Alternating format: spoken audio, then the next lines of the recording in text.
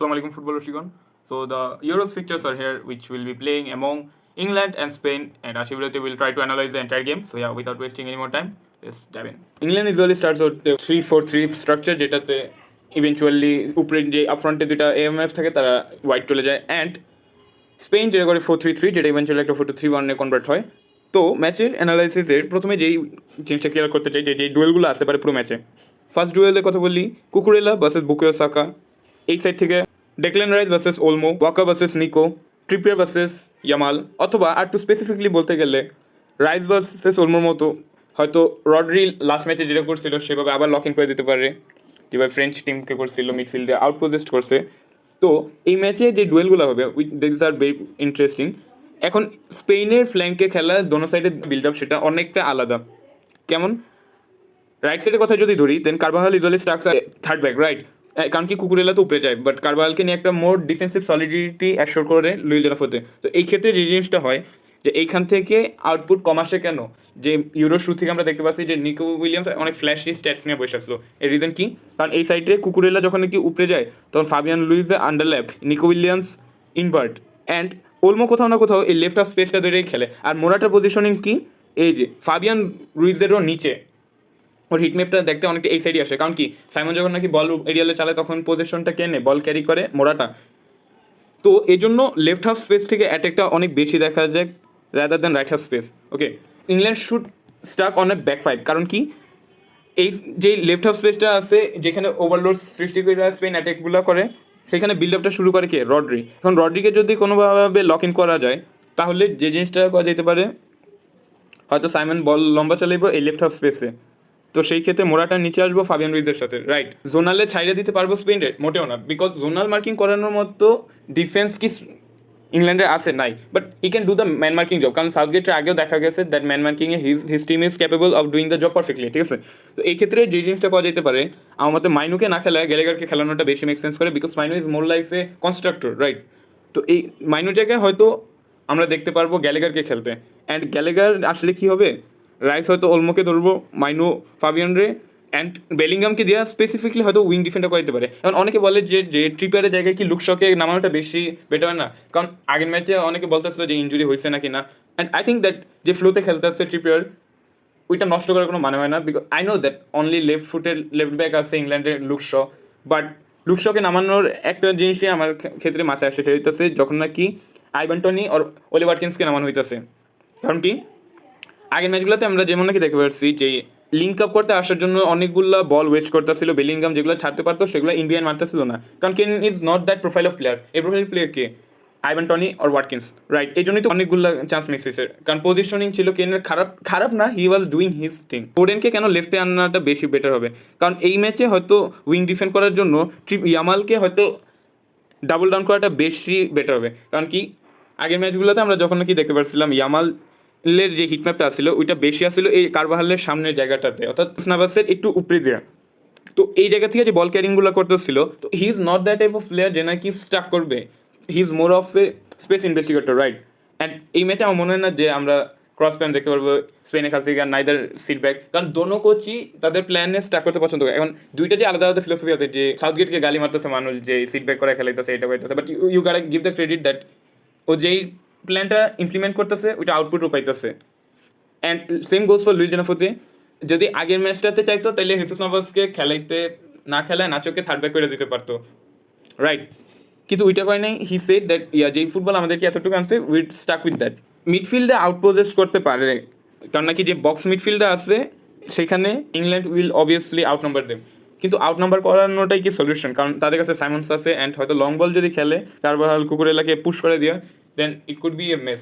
তো এই ক্ষেত্রে যে জিনিসটা আমার কাছে মনে হতে পারে যে ম্যান মার্কিংয়ে যদি ডেকল্যান রাইস একটু কনসেন্ট্রেশন হারায়, দেন ইট উড কস্ট অ্যালট, কারণ নাকি যে সেন্টার ব্যাকটা আছে এটা হইতেছে more of extra formation player. So এই ক্ষেত্রে যে জিনিসটা হয় এই স্পেসটা খালি পড়ে যায়। সো রাইসকে আমরা অনেকবার দেখতে পাচ্ছি যে স্টোনসকে অ্যাকম্পানি করতেছে ব্যাকলাইনে আসা। এই ম্যাচে কি পয়েন্ট অথবা ডিফারেন্স মেকার কে?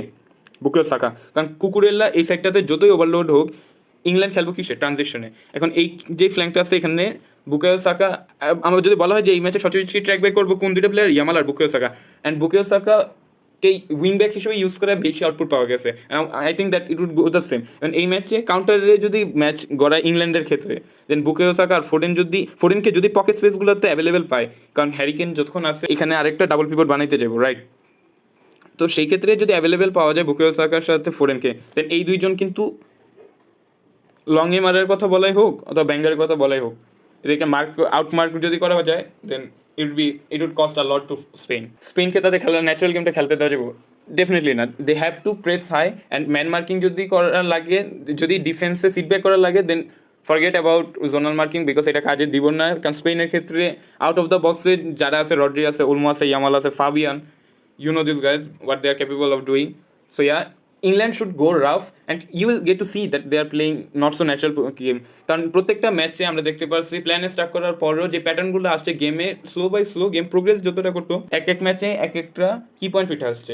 কারণ যেমন নাকি বেলিংগামের যেই বাইসাইকেল কথা বলা হোক, আইভান টনির রিবাউন্ড থেকে হ্যারিকেনের কনভার্ট করা, অ্যান্ড কোল পালমারের আসার পর ওয়াটকিন্সের গোল, and Bukayo Saka banger. So each and every player is performing from their perspective. So in a whole, England should defend more as a team.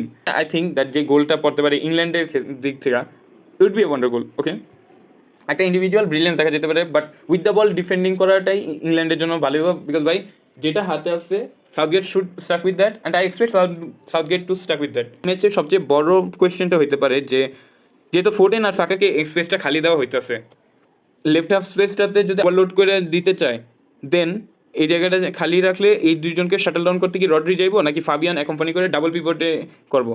তো আমরা যেটা দেখতে পাচ্ছিলাম যে সবচেয়ে বেশি নিকো আর ইয়ামা সাফার করছে কোন ম্যাচে? জার্মানির সাথে। কারণ কী আসছিল?